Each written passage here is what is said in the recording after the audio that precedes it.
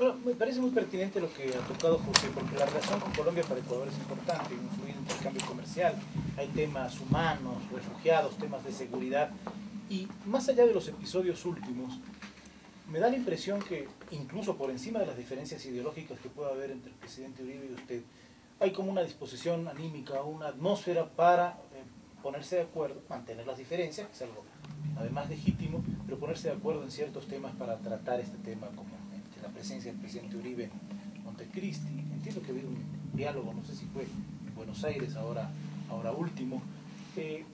Le dan al Ecuador la sensación de que más allá incluso de las diferencias ideológicas hay una necesidad de construir una relación cordial de vecinos cada vez más cercanos con Colombia. El gran problema, presidente, es cómo hacerlo y cómo ir avanzando, ir desbrozando el camino en una situación compleja y que atraviesa múltiples aristas. Vea, las diferencias ideológicas entre gobiernos son irrelevantes. Pero son naturales. O sea, él es el representante legítimo del pueblo colombiano, un país hermano. Entonces, así sea comunista, fascista, centro, etcétera, yo tendré que respetarlo por ser el representante de ese pueblo hermano y tenemos que dialogar en función de nuestros pueblos. Entonces eso de que el uno sea derecha y el otro izquierda a nivel de relaciones internacionales debe ser irrelevante, sobre todo entre países vecinos. Así lo ha entendido el presidente Uribe, así lo he entendido yo, y tenemos una comunicación muy fluida y ha tenido gestos de gran gentileza para con el Ecuador. Por supuesto, en esa conversación fluida también actuamos con firmeza. Claro. Hemos rechazado drásticamente, con energía, las fumigaciones y de febrero no se fumiga, pero no hay un compromiso de parte de Colombia de no volverlo a hacer.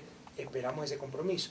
Hemos pedido que se refuerce de mejor manera la frontera sur y tampoco en eso ha habido respuesta de parte del lado colombiano. En lo que sí se ha avanzado son en mecanismos bilaterales para tratar incidentes en la frontera.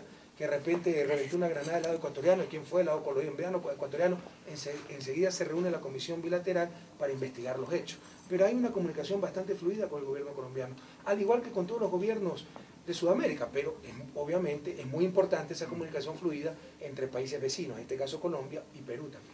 Hace un momento cuando tocaban el tema de la pérdida de las elecciones del presidente Chávez, se mencionó el tema de los encasillamientos, o acaso yo diría los ejes.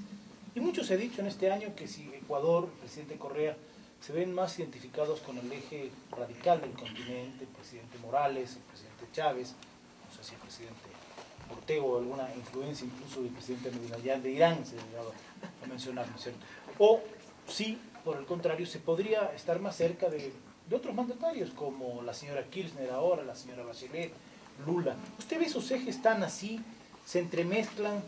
¿Y dónde se siente más cómodo? ¿En el socialismo del siglo XXI radical, sin propiedad privada, más inflexible, o en un socialismo abierto, democrático? Es que ustedes lanzan, Gonzalo, los periodistas lanzan sus cosas como que si no dicen nada. No, ¿En qué parte de Latinoamérica, en qué parte de Sudamérica no hay propiedad privada? Se proclama gobierno de socialismo del siglo XXI, Venezuela, Bolivia, un poco Kirchner. ¿En qué parte de Sudamérica no hay propiedad privada? Entonces no me venga con esto de que el socialismo del siglo XXI es radical sin propiedad privada. ¿Dónde existe eso? Entonces, si respondía a su pregunta, yo me considero socialista del siglo XXI ecuatoriano. Esto lo vamos a construir los propios ecuatorianos. Tenemos una excelente relación con todos los países de Sudamérica y le diría Latinoamérica. Creo que nos aprecian bastante los gobiernos de los países de la región, pero esto lo vamos a construir los ecuatorianos. Usted ha nombrado Irán. Oiga, Irán no tiene embajada en nuestro país, sí tiene en Bogotá. Entonces resulta que Irán influencia en Colombia. Se nos dice que hay que comerciar. Queremos abrir oficina comercial en Teherán y ellos quieren abrir en Quito. Irán es un país de 80 millones de habitantes que produce petróleo y requiere todo. Le está comprando arroz hasta Uruguay, todo el arroz uruguayo está comprando. Pero nos dicen que hay que comerciar. ¿Queremos comerciar? Ah, no, pero ese es el malo, está influenciando, etc. El Ecuador no tiene que pedir permiso a nadie para comerciar. ¿Verdad? Y aquí las decisiones las vamos a tomar los propios ecuatorianos. Pero la geopolítica existe. Tenga la plena seguridad. Geopolítica que no nos interesa mucho, ¿sabes? O sea, yo he repetido en muchos foros, a Ecuador no le interesa ser líder de nada a nivel regional. Tenemos suficiente trabajo para reconstruir este país que ha sido destrozado. Lo que sí siempre apoyaremos es una postura más democrática en la ONU, un nuevo orden mundial, una globalización más justa. Pero no es que queremos ser líderes de nada, alinearnos con este eje, con el otro. Nuestra principal responsabilidad es con el pueblo ecuatoriano. En un diálogo con ¿Bajo qué fundamentos cambió de criterio y ahora precisa, presidente, que hay fundaciones y fundaciones? ¿Cuándo cambió de criterio? O sea, lo que pasa es que usted, mire, con todo cariño, Luisa, la prensa es muy especial. Esto de los aeropuertos, yo lo denuncié desde la campaña.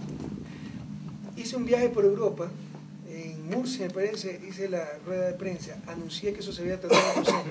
Llegué acá, me preguntaron en la rueda de prensa y el aeropuerto, sí, esto creo, y se armó el escándalo. Pues lo había repetido 500 veces. Entonces como que si de repente cogen cariño a un tema, entonces después dicen no se contradijo porque no lo vuelve a tocar y ustedes mismos arman ciertos entramados, ciertas historias que nunca existieron. Aquí lo de la fundación lo he repetido también 500 veces. Lo repetí, lo dije en una cadena radial hace 2 semanas. No sé en qué haya cambiado mi criterio, me podría ilustrar un poquito ¿Cómo no, más. presidente? Usted en principio dijo que había que eliminar las fundaciones y habló en términos muy generales. Ahora no, ahora usted hace distingos y reconoce que hay fundaciones de derecho privado que recibiendo también dineros de los fondos. Eso. Lo que pasa es que tal vez en un momento dado, en una cadena radial con 100 personas, 120 personas, usted no tiene tiempo para elaborar el tema, otras veces sí, pero nuestro criterio siempre ha sido el mismo. ¿Qué es una fundación? Una organización sin fines de lucro. No determina esa condición a lo que se dedique la fundación. Usted podría dedicarse a vender, compra-venta de carros, pero si lo hace para darle a todos los pobres, una organización sin fines de lucro. Puede dedicarse a dar educación, que es fin tan noble, pero si lo hace cobrando $8.000 anuales para lucrar, es con fines de lucro. A las verdaderas organizaciones sin fines de lucro, que ayudan al Estado a cumplir sus funciones de educación, salud, etc., por supuesto que el Estado las tiene que respaldar. Y eso se tiene que respetar. Pero hay otras que no son organizaciones sin fines de lucro, sino de lucro sin fin, o al menos sin fines confesables. ¿Cómo cuáles, presidente? Usted vaya a ver a organizaciones, fundaciones de educación que cobran $8.000 anuales, pues son sin fines de lucro. E importan computadoras que no van pues a la universidad o al colegio que tienen, sino a la empresa privada del dueño de esa fundación. Y hay fundaciones, con que se las fiscalice, hay fundaciones que trabajan 100% con fondos públicos. Siguiendo en esa línea, presidente, sí. Siguiendo en esa línea, sí, presidente, ¿usted también estará de acuerdo con que se fiscalicen los dineros públicos que han ido, por ejemplo, a las ayudas o decretos de emergencia para atender el área educativa, para atender el área de salud? Fiscalicen lo que quieran, por favor. Ahora, le insisto, o sea, hay fundaciones. ¿Qué sentido tiene fundaciones que trabajan 100% con fondos públicos? El sentido de una fundación es que la gente que quiere ayudar, que quiere hacer beneficencia, colabore en algo, con su trabajo, como la Universidad Católica, los jesuitas, con dinero. Pero si es 100% que reciben del Estado y ellos administran, ¿qué razón de ser tiene esa fundación? Para eso existen las instituciones del sector público, el propio municipio. Entonces eso no es correcto. Bueno, se da resultado obviando la contratación pública, obviando la participación ciudadana, el control democrático. Entonces yo también podemos tener Estado y gobierno y hagamos una fundación y obviemos pues todo el sistema legal ecuatoriano. De ninguna manera, eso no resiste el menor análisis, mi querida Luisa. Pero ¿cuál es la respuesta? Que Guayaquil ya está en pie de lucha. Por favor, piense un poquito con la cabeza, no con las vísceras. Perdón, Luisa, pero tenemos que seguir adelante. Sí,